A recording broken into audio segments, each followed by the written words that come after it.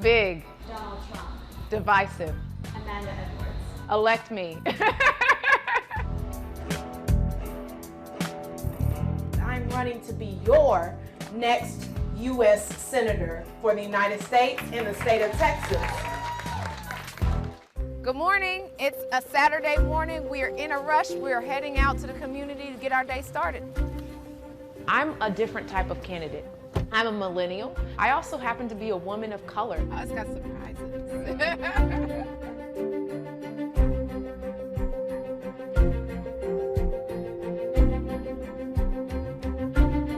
I liken this race to the story of David Goliath. John Cornyn, he has been supported for quite some time, but we see that support eroding.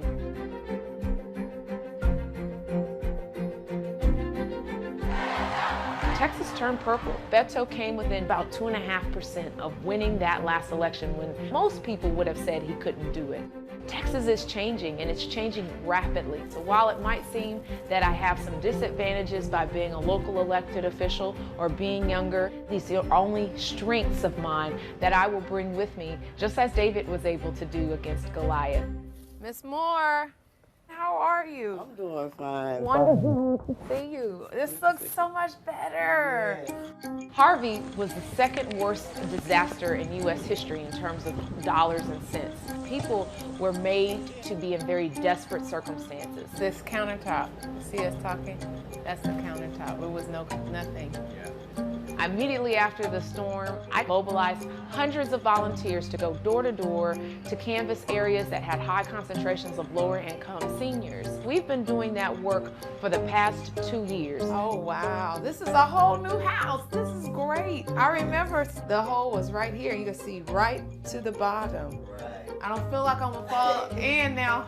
Recovery in our country is a very slow process. When the cameras go away, the attention does as well. We cannot forget those images, we cannot forget those stories, and we have to design disaster recovery to making sure that their lives are restored. Hello there. How you doing? I'm your city council member, Amanda Edwards. How are you today? We're looking at things like expanding access to health care. John Cornyn has voted at least half a dozen times to overturn access to health care.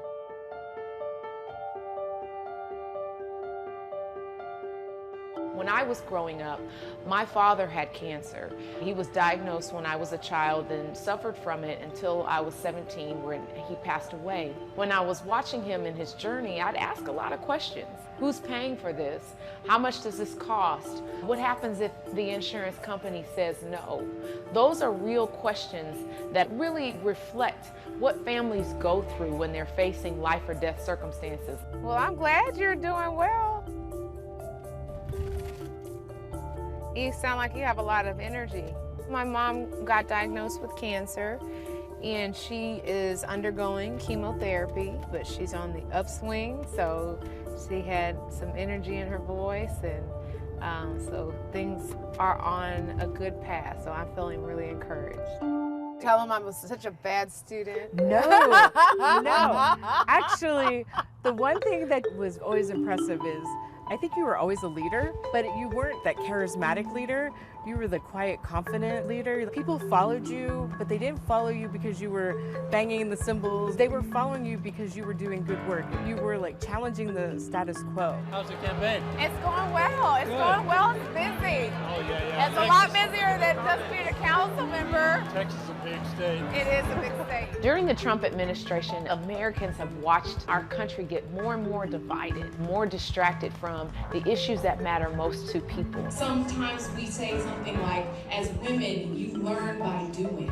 And in our case, we learn by getting it done. I think people underestimate the power of the electorate to reverse course, and 2020 will be the year in which they do.